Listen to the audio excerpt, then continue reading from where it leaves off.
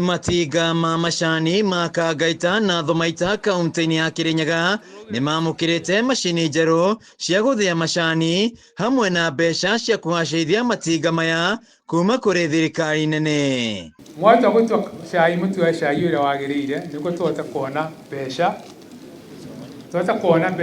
kuma kuri cai uria turendia. Wa keri ningetaka ku encourage tea factory zetu hapa Kirinyaga wafanye value addition kwa tea. Kirinyaga produces the best tea. Kwa hivyo ningewauliza kama vile gavana anaongea mambo ya value addition, tukubali tea factories hapa Kirinyaga kufanya tea value addition. Akinyita itemi mihang'o-ini ino munini wa gavana Githanda Wachira ni oritie arimi gwitikira gutua macani mega ma meri na mururi kuona ni mwaguri marenda kuma na nja wa bururi. Gavana pale, unajua pale Kirinyaga Industrial Park, unajua kuna EPZ, muapply huko kwa EPZ na tutawapatia kama county government, tutawapatia nafasi huko ndio mje mwe na nafasi huko.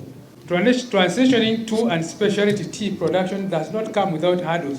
Githanda akinyiria matiga ma macani kaunti-ini ya Kirinyaga kuhimbiria kuongerera gikiro kia macani ma Kirinyaga mbere ya mendetio na nja wa bururi, akiuga macani ma Kirinyaga mari cama na ni mendetwo thoko-ini na arimi ni mekwamukira mbeca nyingi. Transitioning to and specialty tea production does not come without hurdles. Our farmers face serious challenges including aging tea bushes. Many bushes are over 60 years old, leading to declining yields. 2, land fragmentation and encroachment. Land division has left some farmers with as few as 500 bushes, while human settlement encroaches on tea fields. Mwena-ini wake Minista Urimi Mutahi Kagwe akiuga githii giki kieru gia Kagaita gigukorwo na uguni munene kuri arimi a macani.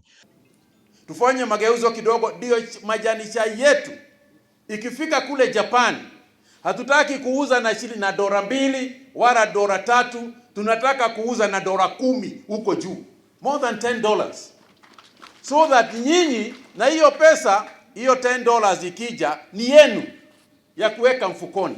Handu-ini ya Kameme TV kuma Kagaita kaunti-ini ya Kirinyaga, Njĩtagwo Wainaina wa Kiarie.